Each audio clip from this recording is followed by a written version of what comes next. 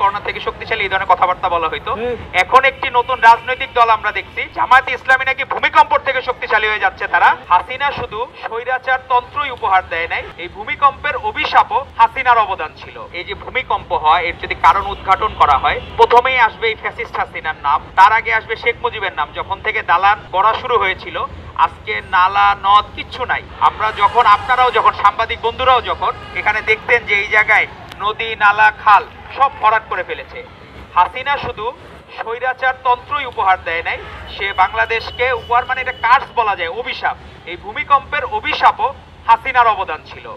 আজকে অনেকগুলো আমরা রাজনৈতিক দল দেখি, যখন করোনার সময় বলা হইতো করোনার থেকেও আওয়ামী লীগ নাকি শক্তিশালী, আওয়ামী লীগ করোনা থেকে শক্তিশালী এই ধরনের কথাবার্তা বলা হইতো। এখন একটি নতুন রাজনৈতিক দল আমরা দেখছি, জামায়াতে ইসলামী নাকি ভূমিকম্প থেকে শক্তিশালী হয়ে যাচ্ছে তারা এই জায়গায় আমরা আসলে কি এগুলো আমাদেরকে মর্মাহত করে।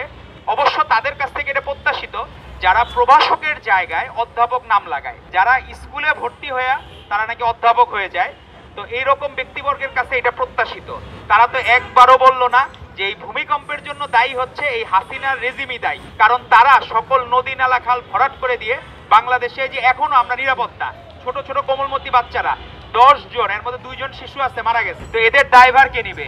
এই সকল দায়ভারও এই ফ্যাসিস্ট হাসিনাকে নিতে হবে, ফ্যাসিস্ট লীগকে নিতে হবে, এবং তাদের বিচার প্রত্যেকে যারা এর সাথে জড়িত ছিল তাদেরকে বিচারের আওতায় নিতে হবে। আর আপনি দেখবেন যে তারই বিপরীতে শেখ হাসিনা তার জন্মদিন উপলক্ষে সাংবাদিকদেরকে, সম্পাদকদেরকে, বিভিন্ন পত্রিকার মিডিয়ার তাদেরকে প্রেশারাইজ করতো, আমার জন্মদিনে কে কত বন্দনা করতে পারবা তারে তত পুরস্কার দেওয়া হবে। আর তার বিপরীতে ভারপ্রাপ্ত চেয়ারম্যান জনাব তারেক রহমান উনি বলেছেন আমার জন্মদিনে কোনো কেক কাটা যাবে না, কোনো ব্যানার টানানো যাবে না, পোস্টারিং করানো যাবে না, আর যদি তোমাদের কিছু করতে ইচ্ছে হয় তোমরা মাদ্রাসায় দান খয়রাত করো, তোমরা কোমলমতি শিশুদের, বাচ্চাদের যারা নিপীড়িত এদের পাশে দাঁড়াও। এজন্যই উনি এখন বিশ্ব নেতা।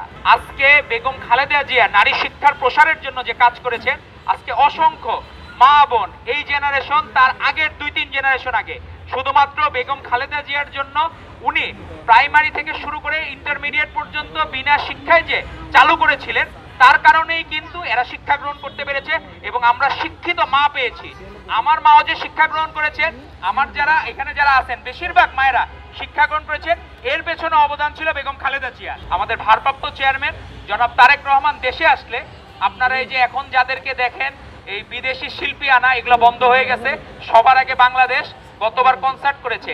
তো আমরা ভাই ভারতপন্থীও না, আমরা পাকিস্তানপন্থীও না, আমরা শুধু বাংলাদেশপন্থী। তো এই জন্য আমাদের মাথায় রাখতে হবে যে আমরা যাতে বাকিদের ধার কর্য করে আমাদের আর কোনো কিছু করতে হবে না। আর আমরা আশা করব এই যে ফুটবলে দেখেন আপনি ভারতকে হারিয়ে দিল বাংলাদেশ, এটি একটা কিন্তু মানে বিরাট একটা ঘটনা যে ভারতকে হারানো।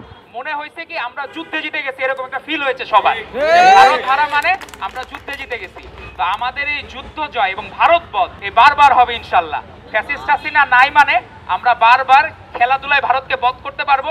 এবং আপনি দেখেন যে ভারতীয় পণ্য এগুলোর কিন্তু কোয়ালিটি অত ভালো না, কিন্তু এক সময় কি এই হাসিনা এই ভারতীয় পণ্য আমাদের উপর চাপিয়ে দিত। আমাদের ভারপ্রাপ্ত চেয়ারম্যান যেটি বলেছেন সবার আগে বাংলাদেশ, তো সেটি আমাদের মনে রাখতে হবে।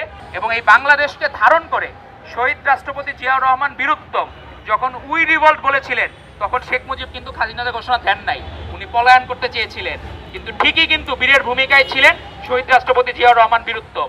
আর গত বছরে 24-এর গণ অভ্যুত্থানের 5ই আগস্ট আমাদের নেতা তারেক রহমান কি বলেছেন, যদি বিজয়ের হাতে পরাজিতরা নিরাপদ থাকে তাহলে সেই বিজয় মহিমান্বিত হয়।